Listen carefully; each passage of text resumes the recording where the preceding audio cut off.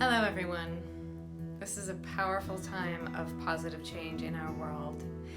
And people around the world are looking deeply at our language and the constructs of society to find implicit biases that we just took for granted that we can now unpack and really look at. So one thing to look at in language is the concept of a standard or general accent. This is fascinating to me because there is no standard, there is no general accent, there is no one representative of what it is to be or sound American or British or like any country. However, it's an interesting concept to look at. So, even just I don't even have one way of talking. I talk differently when I'm talking with friends or my brother or my grandparents. But in 1925, a linguist by the surname of Crap, I did not make that up, it's in Wikipedia, started looking at the concept of a general American accent.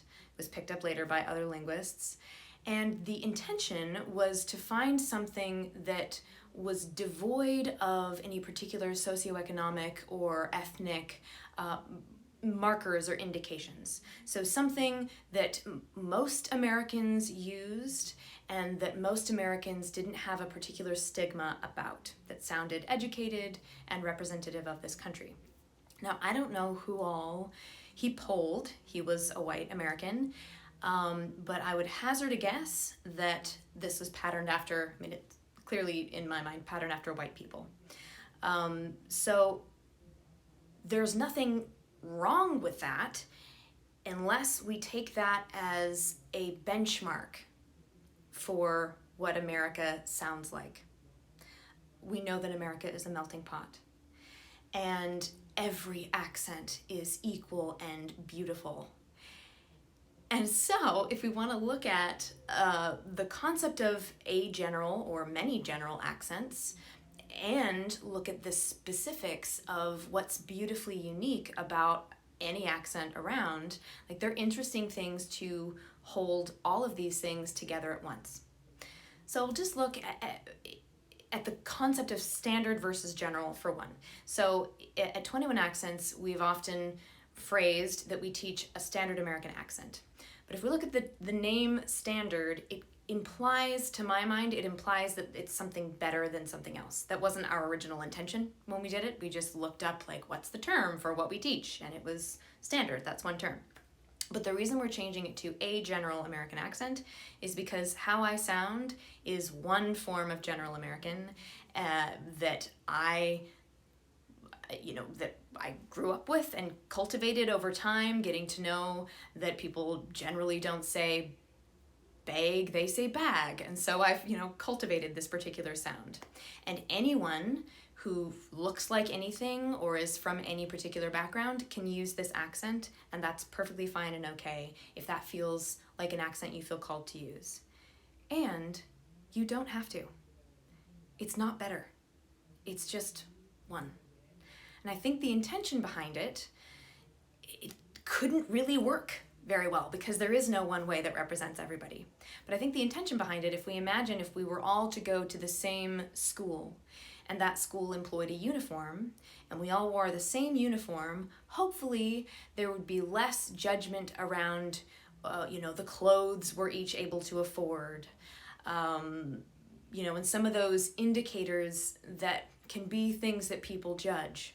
I think that was the intention of singling out something that newscasters can use, that people in movies could use, that hopefully would feel like something people can identify with. So it's a good intention, but it's limited. Okay, so knowing that, anyone who looks like anything can ostensibly decide that their accent is a general American accent and use it. You kid, it's totally fine. This is what I teach at 21 Accents, among many other accents, and each coach at 21 Accents is going to pick things to teach that they are cast as if they're actors or that they feel that they can represent. So that's one concept, but this is a really, really intricate subject, and it's important to look at how we express ourselves and how we feel that other people receive us on the basis of that expression, and also how we receive other people based on how they sound. It's really important to look at, because there's that part of us that we probably can't turn off. That's that left brain that starts making decisions about people. From the moment we see them and or hear them, we're making decisions. And that's the part that we do have some control over. We can say, oh, they use that grammar differently than I do. How interesting. How beautiful.